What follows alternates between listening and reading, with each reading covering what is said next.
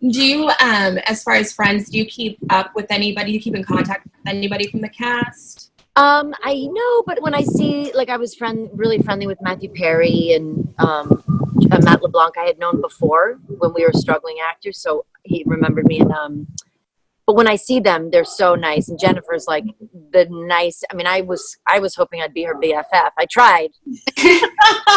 I tried to get invited over there for like margaritas and chips and guac with Brad Pitt and her at the time, but yeah, they never invited me.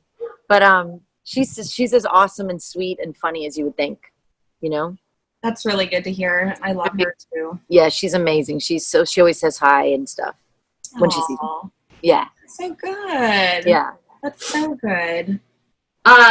So what? I mean, I know this is probably hard to pick, but like, what has been your favorite project, like so far in your career? Your most memorable?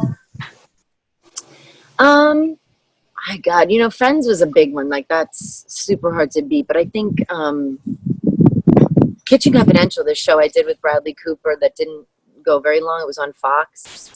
That was my favorite job. It was based on Anthony Bourdain's book, you know, the cook, the chef. Wow. And Bradley played him, and I played the co-star, and it was such an amazing show. And the cast, it was like Jamie King and John Cho and John Francis Daly. Like, it was an amazing cast, and it just was right before the chef boom. Like, it was just not, you know, the timing.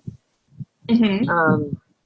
It was such a good show. That one I love the most as far as comedies. And it kind of like, it still hurts. It still hurts that it didn't go. Obviously, poor Bradley, you know, he ended up doing so badly in his life. Bradley Cooper, so bad. It's so bad. Yeah. I'm sure he's still upset over the cancellation.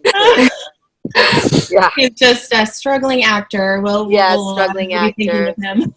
Yeah.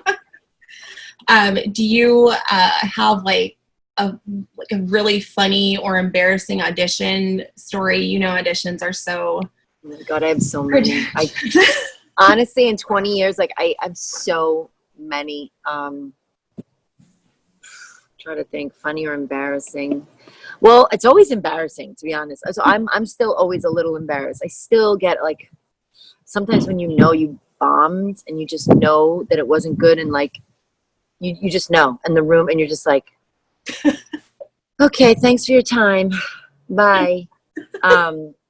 You just know it, so it's always a little embarrassing. I'm trying to think. Funny story. I know I have a million, but I can't think of one now off the top of my head.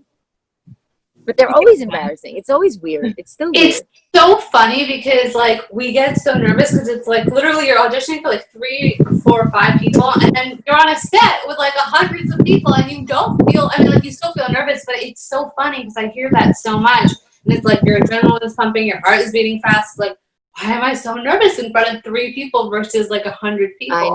I know. You're never nervous on a set. Like, once you get the job, that's the best feeling, and it's like playtime. But it's so true. Like 3 people in a room staring at you and judging you silently, and it's still the worst. I still hate it. I'm still not the best. I wish I was better at auditioning. Like, it's just it's a skill. Like, you know, you got to really use that muscle. But it doesn't get easier. I mean, it's easier when I see people I've worked for before. Then I feel better. Then I'm like, hey guys, you know.